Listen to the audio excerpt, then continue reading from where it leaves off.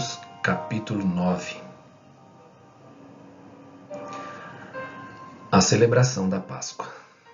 O Senhor falou a Moisés no deserto do Sinai, no primeiro mês do segundo ano depois da saída do povo de Israel da terra do Egito, dizendo: que os filhos de Israel celebrem a Páscoa no tempo determinado, no dia 14 deste mês, ao crepúsculo da tarde. Vocês celebrarão a Páscoa no tempo determinado. Devem celebrá-la segundo todos os seus estatutos e segundo todos os seus ritos. Portanto, Moisés disse aos filhos de Israel que celebrassem a Páscoa. Então celebraram a Páscoa no dia 14 do primeiro mês, ao crepúsculo da tarde, no deserto do Sinai. Segundo tudo o que o Senhor havia ordenado a Moisés, assim fizeram os filhos de Israel. Houve alguns que estavam impuros por terem tocado o cadáver de uma pessoa, de maneira que não puderam celebrar a Páscoa naquele dia. Por isso, chegaram diante de Moisés e de Arão naquele mesmo dia e lhes disseram: estamos impuros por termos tocado o cadáver de uma pessoa.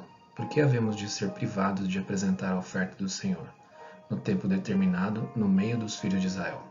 Moisés lhes respondeu: esperem, e ouvirei o que o Senhor ordenará a vocês. Então o Senhor disse a Moisés: fale aos filhos de Israel, dizendo: quando algum de vocês ou dos seus descendentes se tornar impuro por causa de contato com o morto ou estiver em viagem longe de vocês, ainda assim celebrará a Páscoa ao Senhor. Devem celebrá-la no dia 14 do segundo mês, no crepúsculo da tarde. Devem comê-la com pães sem fermento e ervas amargas. Não deixarão sobrar nada até a manhã seguinte e não quebrarão nenhum osso do cordeiro. Farão tudo segundo todo o estatuto da Páscoa. Porém, se um homem estiver puro, não estiver em viagem e deixar de celebrar a Páscoa, esse será eliminado do seu povo, porque não apresentou a oferta do Senhor no tempo determinado. Tal homem levará sobre si o seu pecado. Se um estrangeiro habitar entre vocês e também quiser celebrar a Páscoa ao Senhor, deverá celebrá-la segundo o estatuto da Páscoa e segundo o seu rito. Vocês terão um só estatuto, tanto para o estrangeiro como para o natural da terra.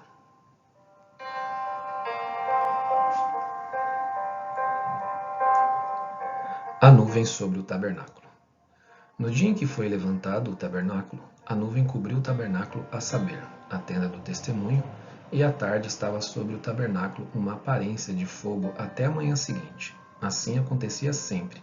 A nuvem o cobria e de noite havia aparência de fogo. Quando a nuvem se erguia de sobre a tenda, os filhos de Israel se punham em marcha, e no lugar onde a nuvem parava, aí os filhos de Israel acampavam. Segundo o mandado do Senhor, os filhos de Israel partiam, e segundo o mandado do Senhor acampavam. Por todo o tempo em que a nuvem pairava sobre o tabernáculo, permaneciam acampados. Quando a nuvem se detinha muitos dias sobre o tabernáculo, os filhos de Israel cumpriam a ordem do Senhor e não partiam. Às vezes, a nuvem ficava poucos dias sobre o tabernáculo. Então, segundo o mandado do Senhor, permaneciam, e segundo a ordem do Senhor, partiam. Às vezes a nuvem ficava desde a tarde até a manhã seguinte. Quando pela manhã a nuvem se erguia, punham-se em marcha, quer de dia, quer de noite. Erguendo-se a nuvem, partiam.